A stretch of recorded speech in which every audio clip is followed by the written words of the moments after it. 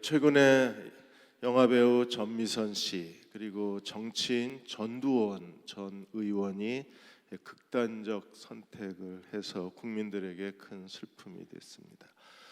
두 분의 공통점이 두 가지가 있습니다. 하나는 우울증을 두 분이 평소에 앓고 계셨다는 사실이고, 또 하나는 두 분이 다 기독교인이라는 사실입니다. 그러니까 신앙인도 우울증을 피해갈 수는 없습니다.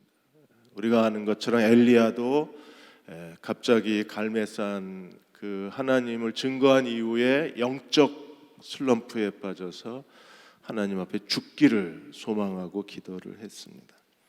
김충렬 박사님이, 이분이 그 장신대 신학교 교수님이기도 하셨는데 한국 상담치료소 소장이십니다.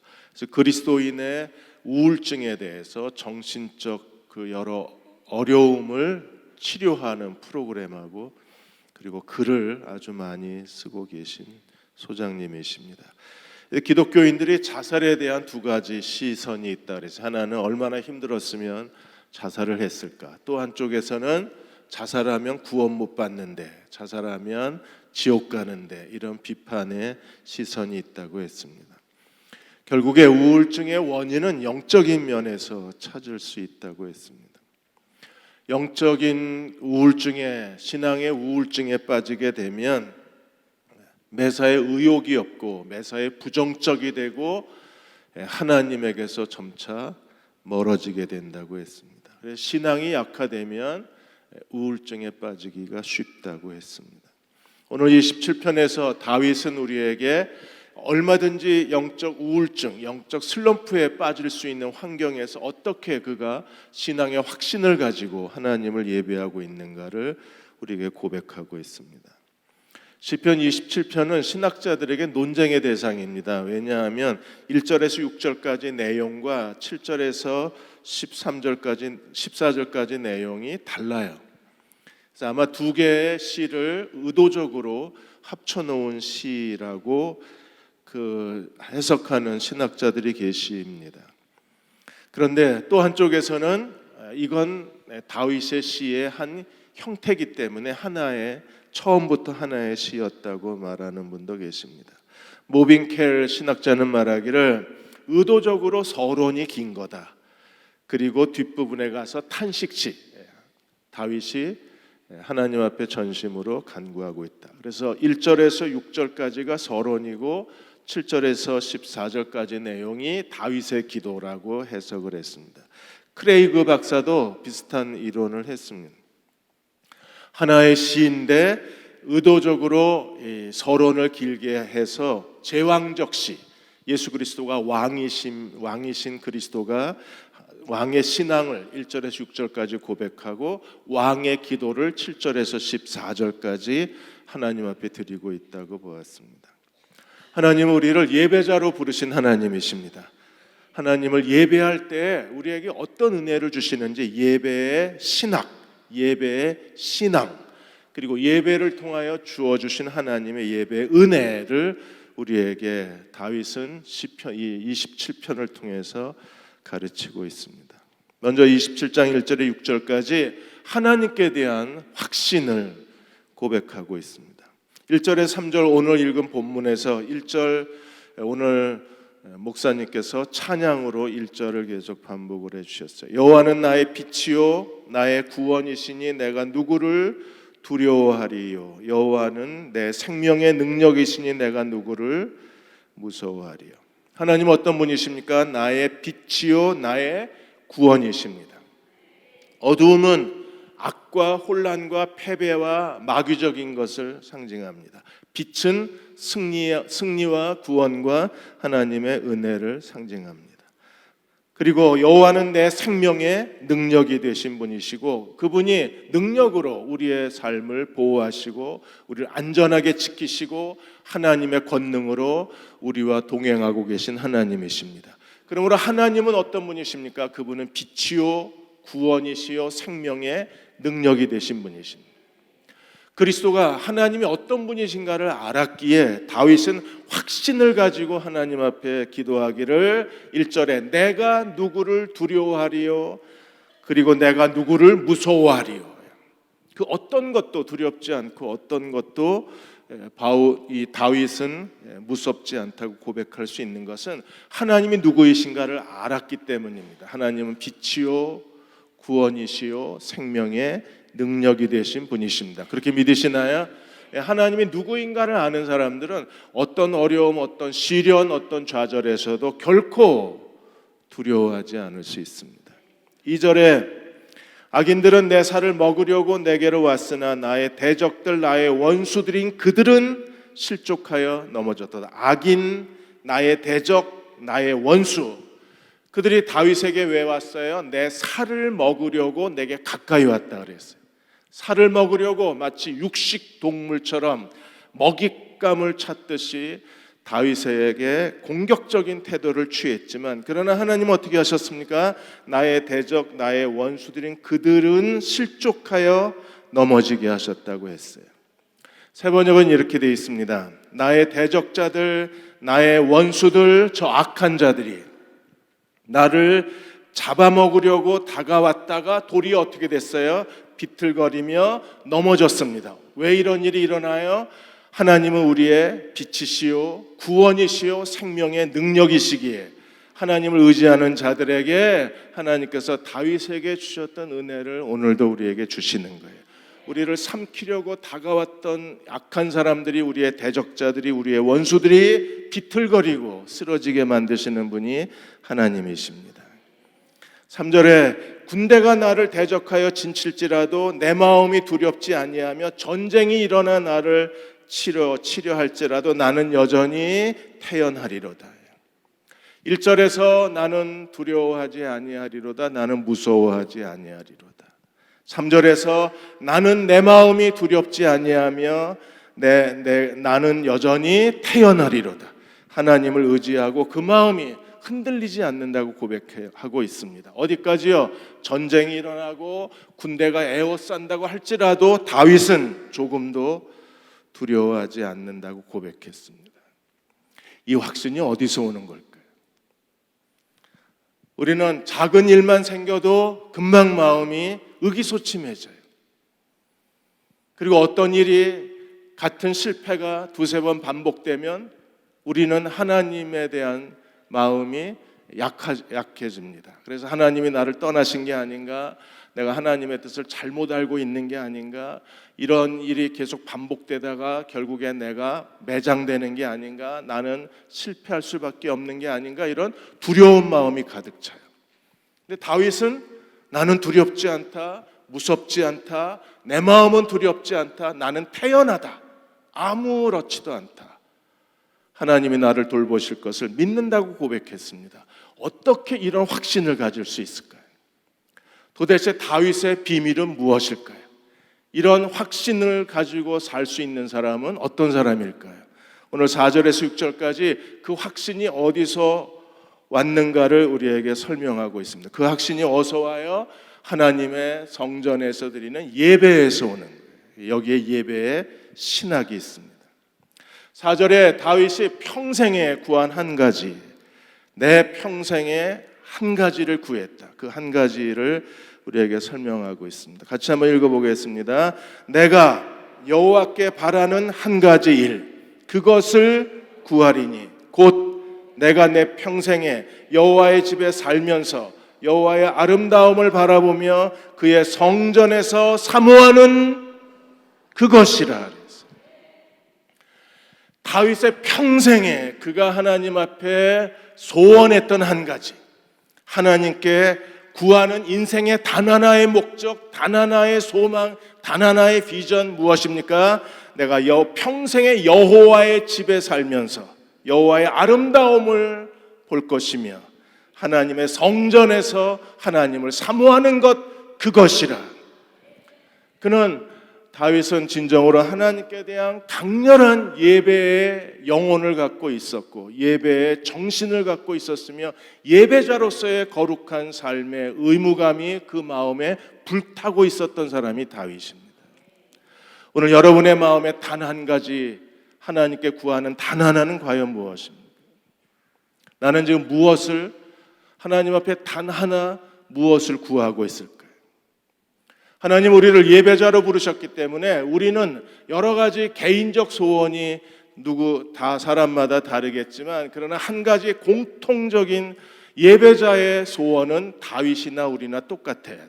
그것은 하나님의 집에 평생 살면서 하나님의 아름다움을 보고 하나님의 성전을 사모하는 겁니다. 그래서 새 번역엔 이렇게 되어 있습니다. 내가 주께 청한 한 가지 소원, 그 하나만을 얻으려고 애쓸 것이니, 하나만 얻으려고 바울이 발버둥을 쳤습니다. 몸부림을 쳤습니다. 그게 뭐예요? 한평생 주의 집에 살면서 주의 자비로우신 모습을 보는 것과 아름다운 모습, 자비로운 모습 무엇입니까? 델리치는 뭐라 그랬어요? 하나님이 우리에게 은혜로 주신 것들을 보고 싶다 그랬어요. 그리고 성전에서 주님과 성전에서 사모했다는 것은 성전에서 하나님과 의논하며 살아가는 것, 그것을 내가 구했다 그랬어요. 그러니까 한평생 주님의 집에 살고 예배자로 주님의 집에, 그냥 주님의 집이 무슨 숙박시설이에요? 휴양지의 무슨 그 호텔입니까? 그게 아니잖아요. 주의 집에 산다는 건 뭐예요? 하나님을 예배하는 겁니다. 왜 예배해요? 하나님의 아름다움을 보기를 원하는 거예요. 그분이 은혜로 주시는 것들, 약속한 것들을 보기를 원하는 겁니다. 그리고 우리가 예배를 통해서 무엇을 합니까? 하나님과 의논하고 살고 싶은 거예요. 하나님의 뜻을 찾고 하나님의 뜻을 발견하고 그리고 하나님과 함께 살기를 원하는 겁니다. 최근에 아프리카의 한 대학에서 한국교회 후원의 모집에 대한 의논을 계속하고 있습니다. 한국교회는 이미 선교적 열정이 식어져 가고 그리고 재정적 후원도 약해져 가는 상황에서 아프리카에서는 교육선교, 그러니까 아프리카 대학을 이미 땅을 구입을 하고 대학이 시작이 되고 한 달에 200만 불, 1년에 200만 불, 20억씩 그 학교에 투자를 해야 되는데 투자가 없는 거예요. 한국교회가 이 일에 1년, 그 한 달에 한 2억씩 거기다가 후원을 해야 이게 정상적으로 대학이 운영될 수 있는 겁니다. 누가 이 일을 할 건가? 누가 이 일을 할 수 있을까?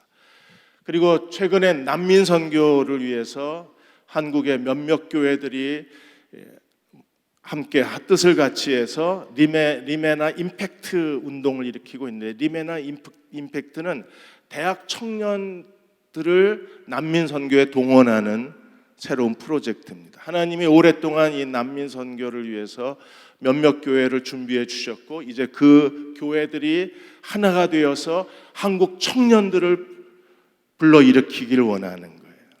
그래서 청년들의 마음속에 이 난민 선교에 대한 사모함과 아름다움과 그리고 하나님의 거룩한 소명을 불러일으키길 원하는 겁니다. 누가 그 일을 할 수 있을까? 이 일을 감당할 수 있는 사람들은 어떤 사람들입니까? 다윗처럼 한 가지, 내 평생에 여호와의 집에서 살겠다, 하나님의 아름다움을 보겠다, 주님과 의논하고 살겠다, 이 고백을 한 사람들이 기꺼이 모든 걸 포기하고 하나님의 부르심을 따라서 잃어버린 영혼들을 구원하는 일에, 그리고 하나님이 문을 열어놓으신 이 선교의 문을 열고 들어가서 하나님 나라를 확장하는데 자기의 전부를 쏟아 넣을 수 있는 사람들은 어떤 사람들입니까? 다윗처럼 한 가지 열망을 가진 사람들입니다.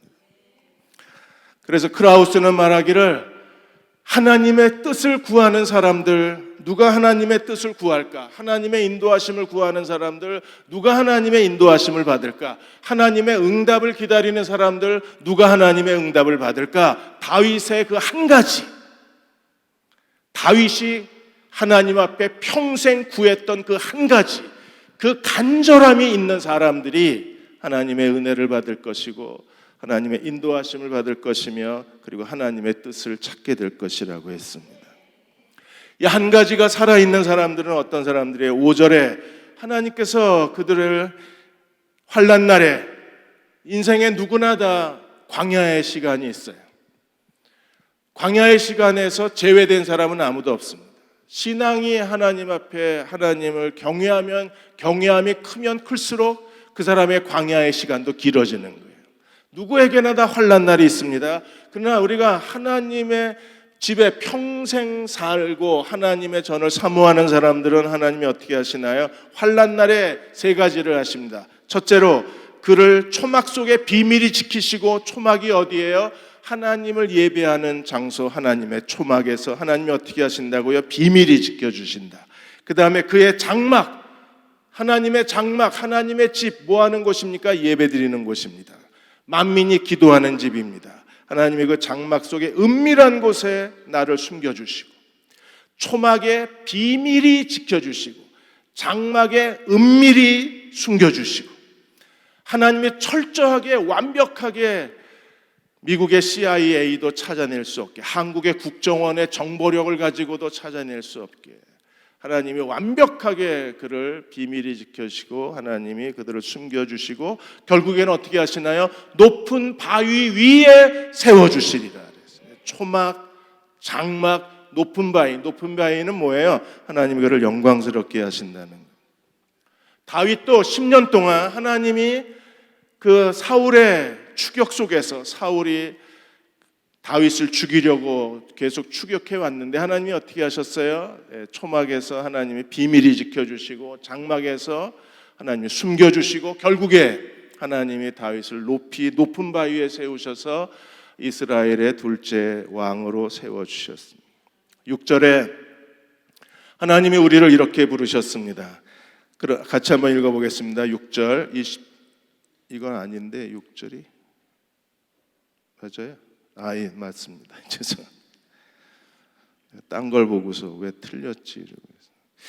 이제 이게 폐품이 다 돼가는 거예요. 이 고음을 조금만 높여주세요. 좌절감이 이럴 때마다 내가 왜 이런 실수, 전에 한 번도 안 하던 실수들을 계속해. 6절에 같이 읽습니다. 이제 내 머리가 나를 둘러싼 내 원수 위에 들리리니 내가 그의 장막에서 즐거운 제사를 드리겠고 노래하며 여호와를 찬송하리로다. 하나님을 온전히 예배했을 때 하나님이 환난 날에 숨기시고 비밀히 지켜주시고 높은 바위 위에 세우시고, 그러자 다시 어떻게 했습니까? 하나님, 내 머리가 나를 둘러싼 내 원수 위에 들리니 하나님이 주신 승리, 하나님 주신 구원으로 인하여 다윗은 어떻게 했어요? 다시 하나님의 장막에서 하나님 앞에 즐거운 제사를 드리고 큰 소리로 외치며 여호와를 찬송하리로다. 예배를 통하여 하나님의 은혜가 다윗에게 임하고 하나님의 그 구원으로 인하여 다윗은 더 큰 소리로 하나님을 찬송하고 예배드리고 있는 거예요. 열광적으로 하나님을 찬송하는 거예요. 금요일 밤이 기다려지는 이유 중 하나가 열광적으로 우리가 예배를 드리고, 수요일이 기다려지는 이유도 우리가 하나님 앞에 마음을 다해서 찬송할 수 있기 때문입니다. 주일 예배가 기다려지는 이유는 어디 있습니까? 우리가 우리의 마음과 뜻과 성품을 다해서 신령과 진정으로 하나님을 예배할 수 있게 우리가 예배의 시간이 기다려지는 거예요. 바울이 빌립보 감옥에 바울이 로마 시민권을 가졌음에도 불구하고 재판을 받았습니다. 억울한 재판을 받고 채찍질을 당했는데 어떻게 당했습니까? 옷을 다 벗기고 벌거벗은 몸뚱이로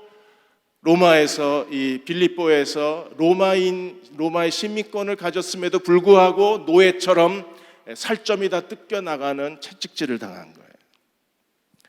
정말 억울한 능욕을, 비참한 그 능욕을 바울이 겪어야 했습니다. 그 빌립보 감옥에서 어떻게 했습니까? 그가 하나님을 찬양했을 때 어떤 일이 벌어졌어요? 하나님이 그를 머리를 높이 들어주셨어요. 그래서 감옥의 쇠창살이 다 열리고 손과 발에 착고가 다 풀리고 감옥터가 흔들리면서 여호와의 구원이 그곳에 임했습니다. 하나님의 놀라우신 승리가 그곳에 임했습니다. 굴욕스러웠던 이 바울을 하나님이 어떻게 하셨어요? 머리를 들어주셨어요. 하나님이 바울이 어떤 사람인가를 사람들에게 공개적으로 드러내셨어요. 하나님, 이러한 하나님의 구원으로 인하여 우리는요, 하나님 앞에 더 즐거운 제사를 드리고 더 뜨거운 찬양을 주님께 드려야만 합니다. 저희가 소망하는 것은 하나님, 대흥교회에 와서 우리가 예배 드릴 때 이 예배가 즐거운 예배가 되게 하여 주시고, 우리가 드리는 찬양이 우리의 마음에 큰 소리의 외침이 되게 하여 주옵소서. 우리가 그런 예배를 하나님께 드릴 때 하나님은 우리의 기도를 들으시고 놀랍게 응답해 주실 것입니다. 배창돈 목사님이 전도회와 다이제스트라는 책에서 두 마부 이야기를 했습니다. 두 마부가 수레에 짐을 가득 싣고 아주 먼 길을 여행을 했습니다. 마부 중 한 사람은 크리스찬입니다. 그래서 그는 주일만 되면 가던 걸음을 멈추고 말과 마차를 멈추고 하나님 앞에 예배를 드리고 그리고 말도 하루 쉬게 했습니다. 다른 마부는 하루 쉬면 이 경제적으로 손해가 얼만데 쉴 수 없다고 생각해서 헤어지고 열심히 자기 길을 갔습니다. 결국에 목적지에 도착해 보니까 누가 제일 먼저 왔어요? 매 주일마다 예배드리고 안식일에 쉬면서 왔던 마부가 먼저 도착을 했습니다. 그리고 며칠 뒤에 이 마부를 기다렸는데, 며칠 뒤에 이 동료 마부가 도착을 했는데 너무나 형편없는 모습으로 도착을 한 겁니다. 쉬지 않고 서둘러 재촉하다 가다 보니까 마차도 망가지고 말도 병이 들고 마부도 병이 든 거예요. 그래서 오히려 말을 쉬게 하고 말을 치료하고 자기 몸을 치료하고 마차를 수리하다가 오히려 여정이 더 길어지게 된 겁니다. 우리가 매주일 하나님을 예배하는 게 시간적으로 손실이 되는 것 같고 인생의 낭비인 것 같지만 아니요, 오히려 그곳에 하나님의 놀라우신 은혜가 있습니다. 아프리카의 한 분의 이야기도 이 배창돈 목사님이 거기에 설명을 하셨어요. 아프리카의 신앙심이 아주 큰 흑인 한 분이 계셨는데, 이분이 일주일 내내 누워 있으면서도 주일이면 교회 간다고 부득불 일어나는 겁니다. 그래서 가족들이 만류하고 주변의 친구들도 날씨도 춥고 비도 오고 길도 좋지 않은데 그냥 있으라 그러는데 그냥 그는 가서 예배를 드려야 된다는, 아주 심한 악성 류마티스를 알고 있는 분이셨습니다. 왜 교회를 그렇게 가려고 애를 쓰나? 나는 반드시 교회에 가야 된다. 왜냐하면 하나님은 오늘 이 예배에서만 받을 수 있는 은총을 준비하셨을 텐데 내가 예배를 안 가면 오늘 이 예배를 통해서 내게 주시려고 준비하신 그 은총을 나는 놓치고 살 수밖에 없다. 나는 절대로 이 예배를 통해서 내게 주시는, 오늘 예배를 통해서 주시는 이 은총을 잃어버리고 싶지 않다. 그러니까 예배에 신앙이 분명하신 사람들입니다. 하나님 우리를 예배자로 부르셨고 하나님 예배를 받으시는 하나님이신 걸 아는 거예요.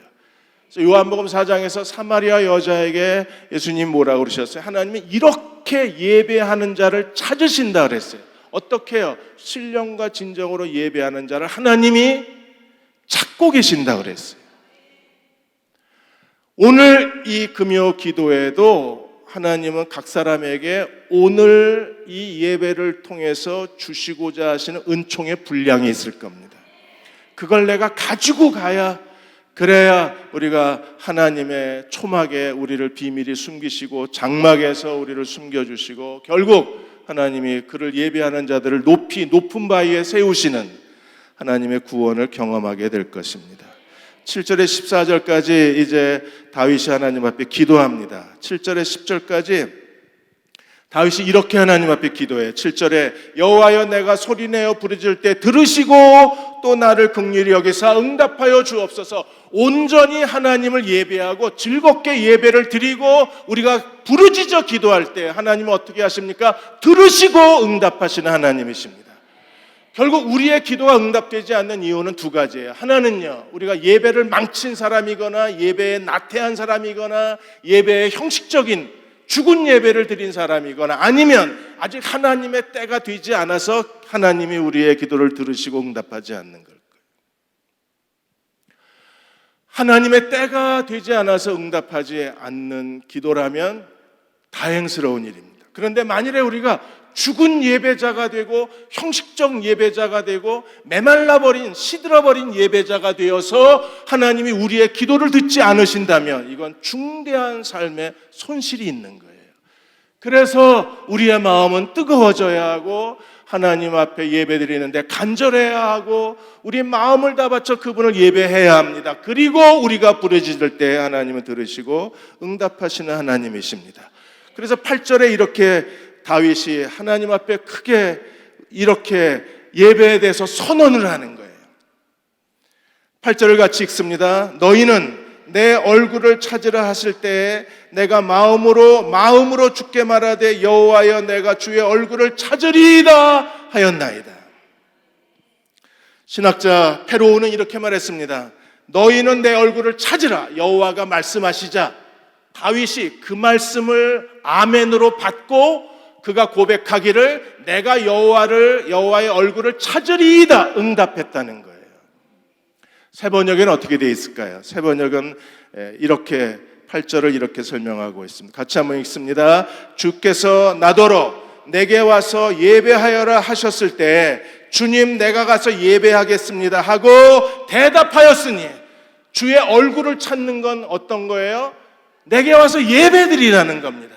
그래서 다윗이 응답했습니다. 내가 가서 예배드리겠습니다. 응답한 거예요. 예배드리는 건 주님의 얼굴을 찾는 겁니다.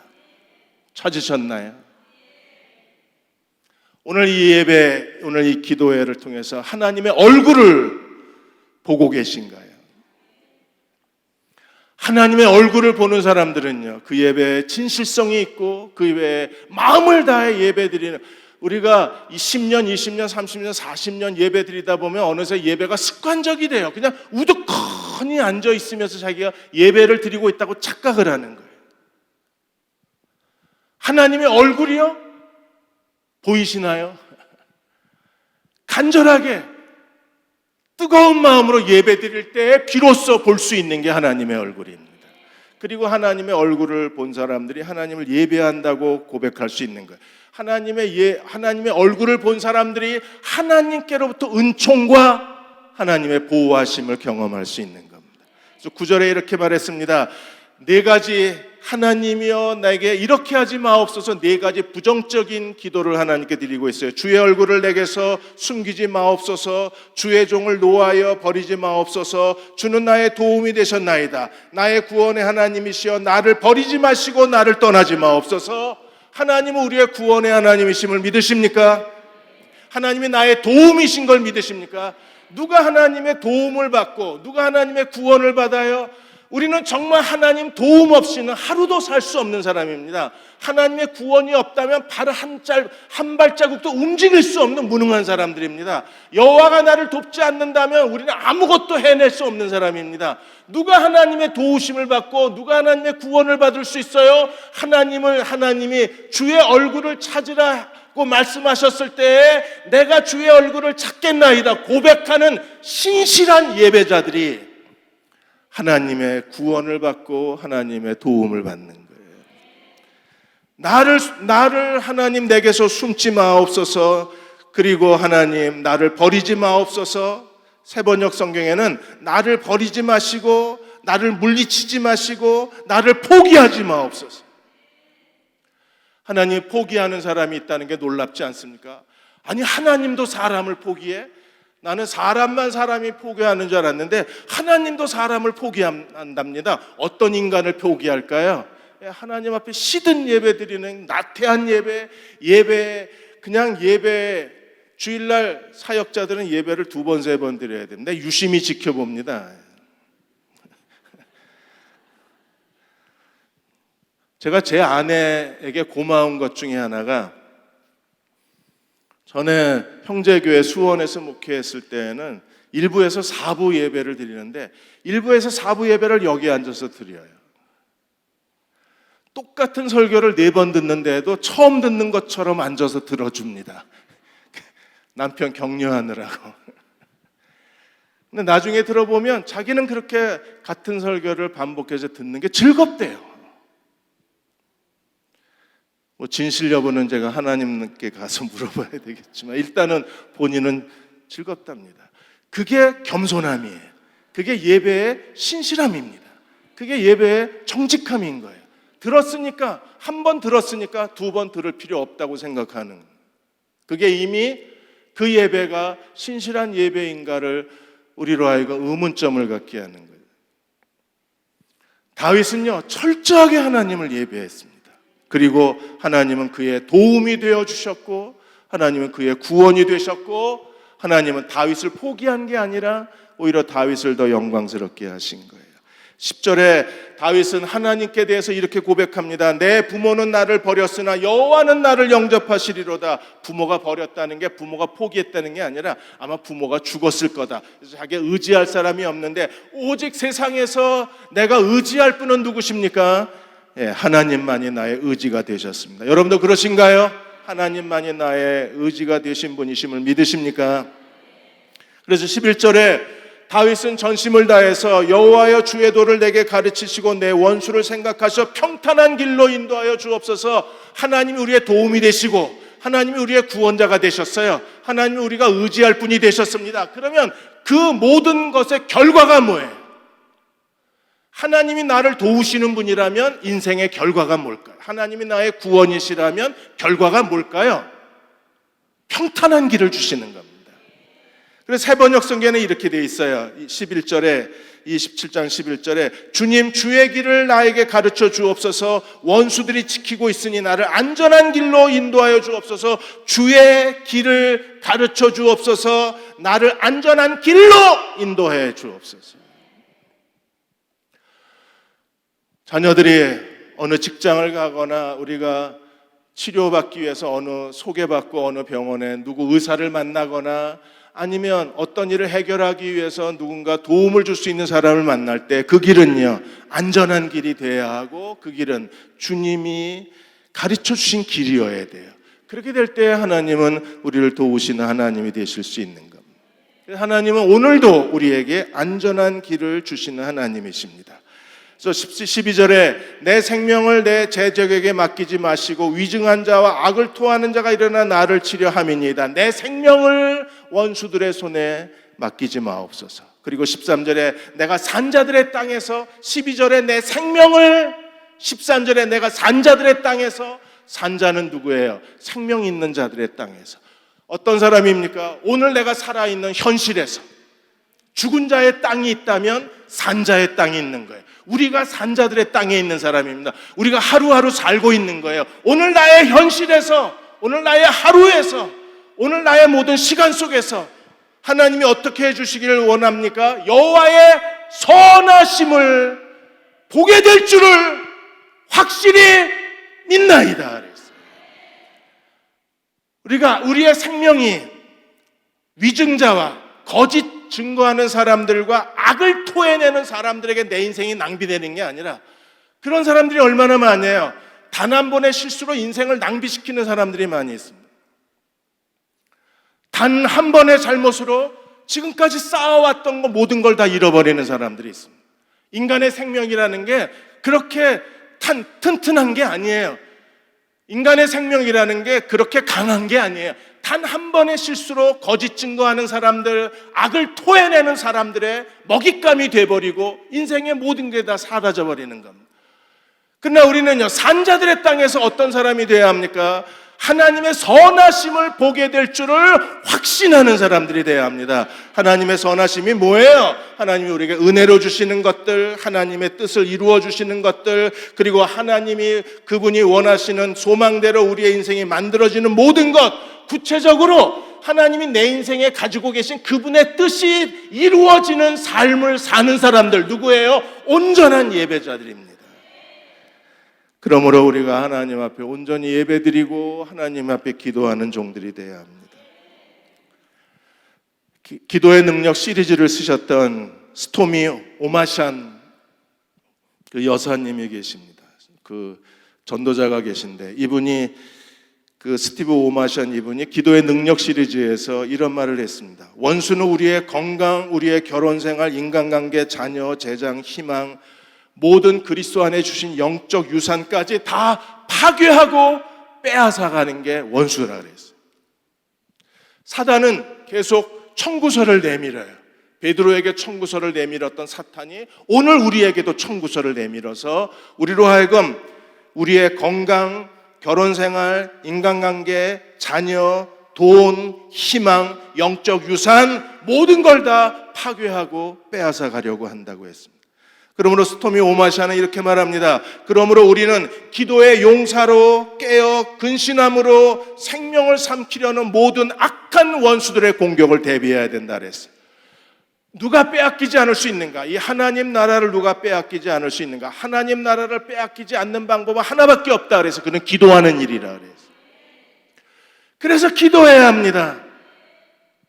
기도가 응답되려면 온전한 예배자가 돼야 합니다. 예배가 있는 곳에 기도가 있고 기도가 있는 곳에 예배가 있는 거예요. 얼마나 원수가 강한지 고민하지 말고 하나님이 얼마나 전능하신 분인가를 아는 사람들은 하나님을 예배하는 사람들이고 하나님께 기도하는 사람들이라고 했습니다. 이제 14절에 다윗은 하나님께 드리는 예배자로서 이렇게 기도를 마칩니다. 너는 여호와를 기다릴지어다. 강하고 담대하며 여호와를 기다릴지어다. 하나님을 온전히 예배하는 사람들은 끝까지 하나님을 기다릴 줄 압니다. 하나님 응답해 주실 때까지 기다릴 줄 압니다. 예배를 통하여 하나님의 얼굴을 본 사람들, 하나님의 도움과 구원을 경험한 사람들은 그들은 강하고 담대한 마음으로 끝까지 여호와를 기다릴 줄 아는 사람들입니다. 그들은 기다리다가 실족하는 사람들이 아닙니다. 기다리다가 서둘러서 사울처럼 자기가 하나님 앞에 제사를 드리려다가 하나님께 버림받는 사람이 아닙니다. 그들은 기다릴 줄 아는 사람들입니다. 누가 하나님 앞에 기다림으로 하나님의 구원의 응답을 받을 수 있나요? 하나님을 온전히 예배하는 사람들입니다. 사랑하는 여러분, 하나님은 예배자의 하나님이십니다. 제가 지난 6년 동안에 온 힘을 다해서 하나님 앞에 기도하고 또 기도한 것은 대흥교회의 예배가 살아나게 해달라는 기도였어요. 하나님, 저희들의 예배에 기름 부어 주옵소서. 예배가 뜨거워지게 해 주옵소서. 예배가 간절해지게 해 주옵소서. 예배에 하나님의 은혜가 폭풍처럼 임하게 하여 주옵소서. 거룩한 능력이 예배를 휘감게 하여 주옵소서. 그래서 모두가 다 즐거운 예배를 드리게 하여 주옵소서. 그래야 예배가 살아나야 하나님이 자기 백성을 돌보고 하나님이 자기 백성을 보호하실 수 있는 거예요. 오늘 여러분이 마음 다해 하나님을 찬양하고 예배드렸다면 오늘 우리의 기도를 하나님이 들으시고 응답해 주실 것입니다. 하나님의 놀라운 기도의 응답을 통하여 하나님이 우리의 구원의 뿔이 높아지게 하시고 더 큰 소리로 하나님을 찬송하게 하시는 이 밤에 저희 모두가 되게 하시기를 주의 이름으로 축원합니다. 이 시간 함께 기도하겠습니다.